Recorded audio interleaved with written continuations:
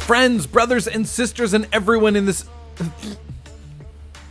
Friends, brothers, and sisters, and everyone interested in this ancient text called the Bible, you have found the Dumb Christian. I'm your host, Jonathan, and today we are going through the epilogue of John's Gospel, where he gives us some insight into how Jesus wants to handle sin, how Jesus wants us to handle sin, now that he's already resolved it on a divine level. He's paid the price. So now what do we do with sin? Jesus encounters Peter, and not too long ago, Peter denied even knowing Jesus.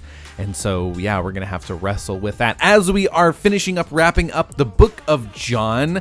Let me know what you like. Leave a comment, send us a message. What would you like to explore next? Topics, stories, or the next book that you would like us to go through, let us know.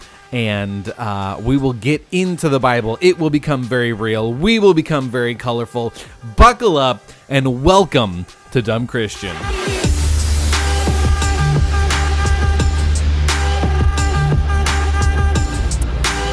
Jesus is alive.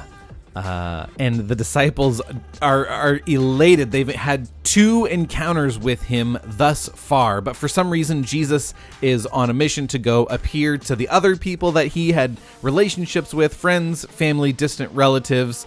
He needs to run some errands, not really sure, but for whatever reason, Jesus is coming and going, appearing to the disciples and doing a number of things before, in Acts, he ascends to heaven, and it says that he'll come back. But before that moment, he's going around appearing to people, and he's appeared to the disciples twice, and they're kind of sitting around waiting, like, okay, sweet, Jesus is alive. Now what do we do?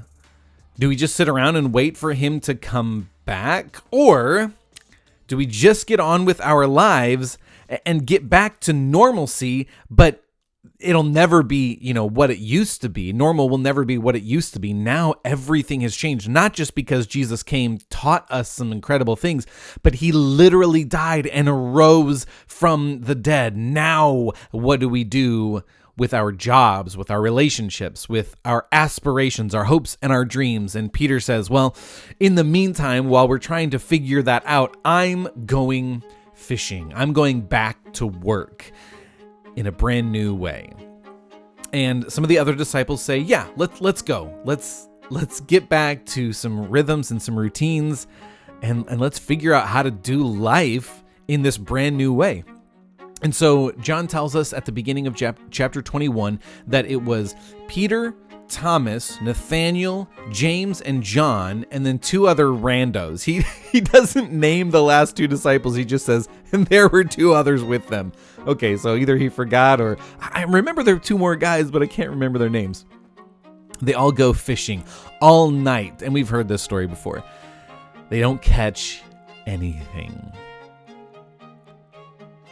Okay, well, where they used to get frustrated and kick and curse and, they're finding new rhythms, how to deal with the disappointments and frustrations that life brings. Morning approaches, and an orange light illuminates the shoreline, and they see just some guy walking along the shoreline, and he calls out, "You guys catch anything?" As you do for fishermen, right? You come up within shouting distance of a fisherman. You have to ask if they've caught anything. And by the way, as always, read it for yourself. But for this chapter in particular, I really like listening to David Cochran Heath read the English Standard Version on the YouVersion app. So download the Bible app, YouVersion, the ESV translation, and then push play and listen to David Cochran Heath. Every once in a while when he reads, he kind of adds some weird animation to his voice. And in this chapter in particular, I really enjoy the way he reads it. Anyway, "You guys catch any fish?" And they respond, "No." And so the guy on the shoreline yells back, "Why don't you try throwing your net on the other side of the boat?" And working with water, fishermen know that sometimes, depending on the way that the light is hitting the water, you need to be at a different angle to see what's going on underneath the surface. So maybe this guy has an angle that's just right. He can see underneath the surface. Maybe he sees something they can't see. So they're like, all right, why not? So they throw the net over the other side of the boat, and instantly it's filled with fish. So much fish, the net starts to break. John realizes, wait, there's something eerily familiar about this. Oh shit, it's Jesus! And he looks over at Peter. It's Jesus! It's Jesus! And Peter snaps, freaks out, grabs his jacket. He took off his jacket. He was getting hot, been working all night. So he grabs his jacket, jumps into the water, and swims to the shoreline like a cartoon. And he gets there and he leaves. He abandons his friends who are like struggling to bring in this massive net full of fish by themselves. Peter gets to the shoreline first. Sure enough, it's Jesus.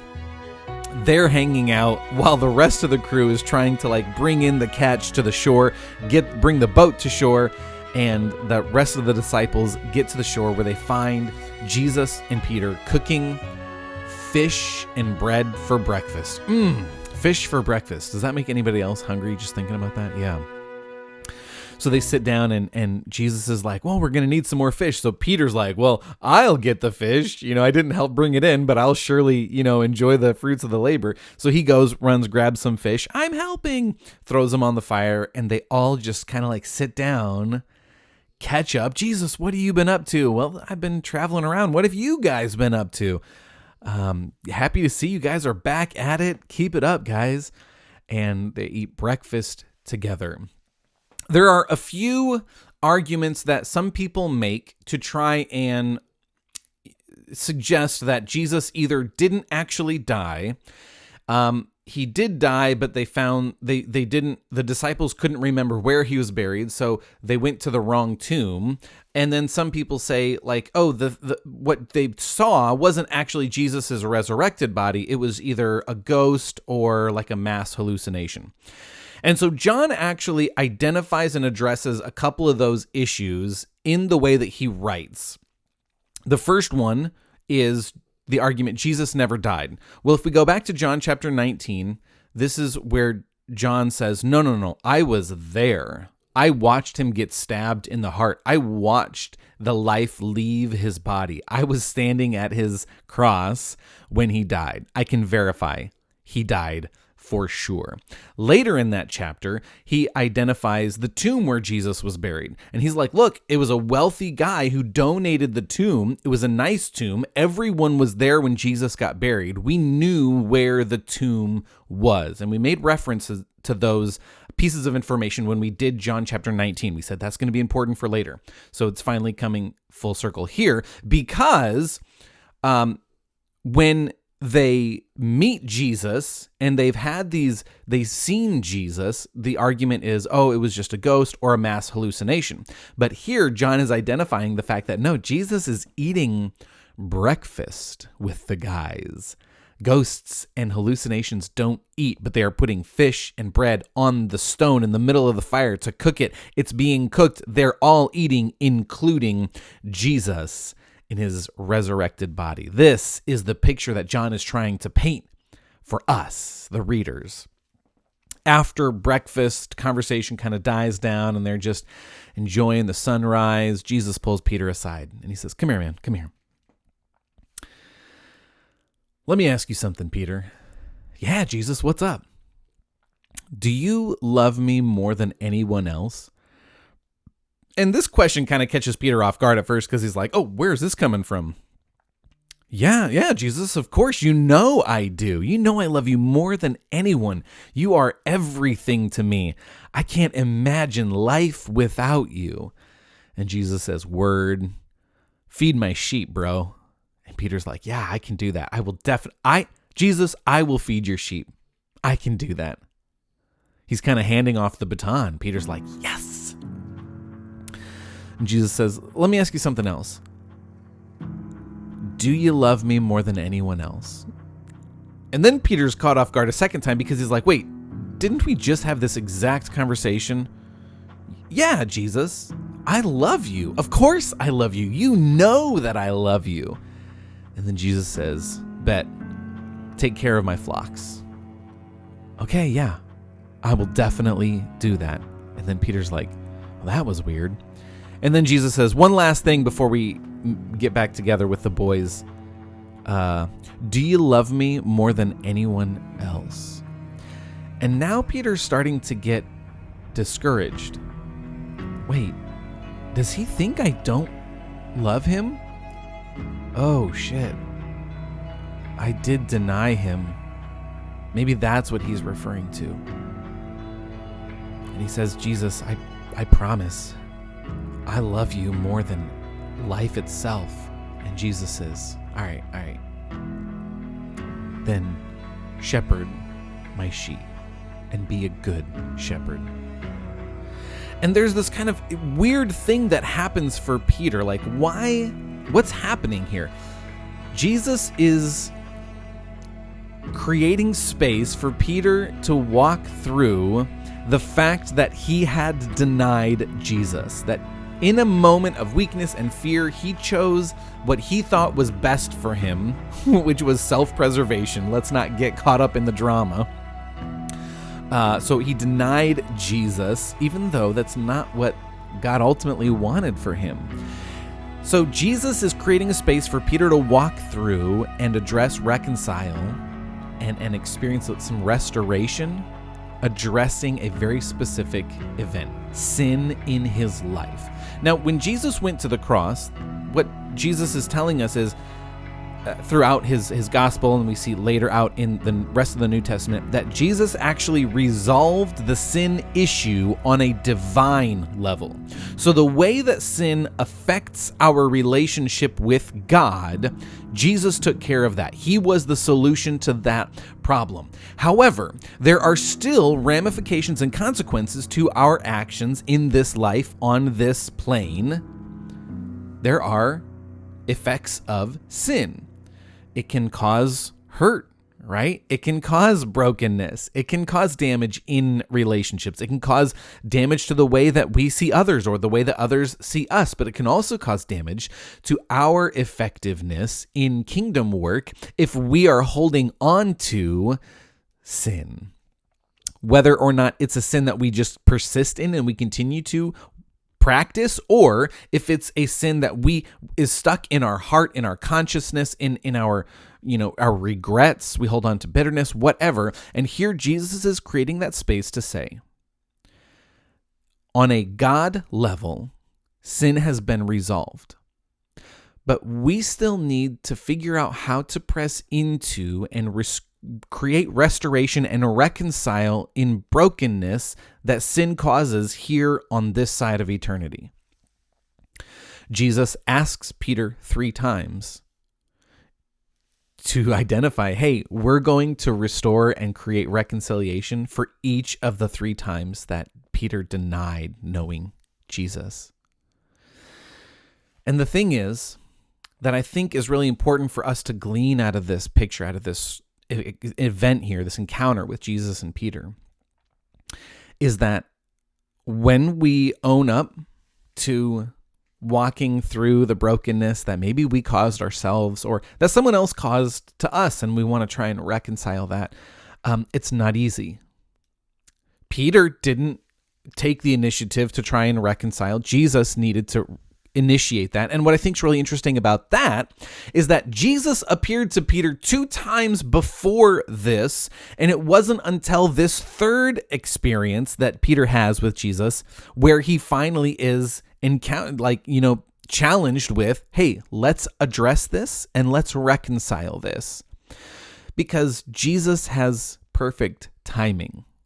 Right? And so it's not that he wanted to neglect it, he wanted to ignore it or just sweep it under the rug, but that in Jesus' timing, he speaks into Peter's life and addresses something so that they can have restoration, reconciliation, and so that Peter is not burdened down by the weight of this regret and bitterness as he sets on mission to shepherd the flock, to be a disciple maker, to start telling other people about Jesus. Now, to no longer deny Jesus, but proclaim him boldly.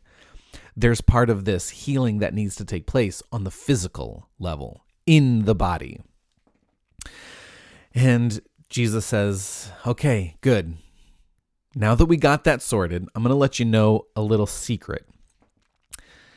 You are going to be killed for your faith. You will be martyred because you believe in me. Peter's like, I don't know actually how Peter responds. The way he responds is he's like, well, what about John? And I don't know if he's like a little nervous and anxious, like, oh, heck, this is not what I was hoping for. I'm going to die. Remember, Peter's been a little bit afraid to be bold and stand up for what he believes in. So maybe right now he's like, oh, I don't know how to deal with this. I don't know how to process this. Or he's got a little like courage, like, okay, all right, I can do that. I can totally stand on believing in Jesus. I know that I slipped out before, but I am going to do it well this time. And he looks at Jesus, and whichever, and maybe it's some of the third option that I haven't even thought of, but however he's responding, whatever he's feeling inside, his knee-jerk reaction is to ask Jesus, well, what about him? And he points, John tells us, Peter pointed to the disciple that Jesus loved, the disciple who was leaning up against Jesus during the Last Supper, who asked Jesus, who's going to betray you? And so John at this point goes back and clarifies all the time that he referred to in his writing, the disciple that Jesus loved. That's the person who's writing this book, me, John, the author. I'm the one that Jesus loved. So this is where we actually get the reference to all those other instances where John refers to himself in the third person as the one that Jesus loved. That's where we make that connection. Well, what's going to happen to John? Is he going to die for you?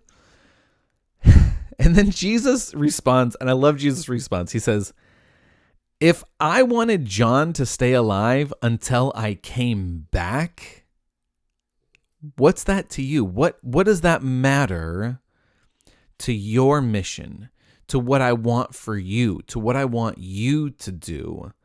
What I want for you and what I want for John should not matter in the mission that I have for either of you. What I want you to do is worry about yourself and let me create the mission. Let me lead each person in the way that I want to lead them. And John actually writes that this spurred some rumors that among the disciples that they started like saying, oh, John's never going to die John won't die before Jesus comes back. And John's like, look, that's just a rumor. That's not what Jesus said. He just said, what if? But, I think it's fun to imagine that the Apostle John is still traversing the earth, experiencing all the wonder that we have. What a time to be alive, right?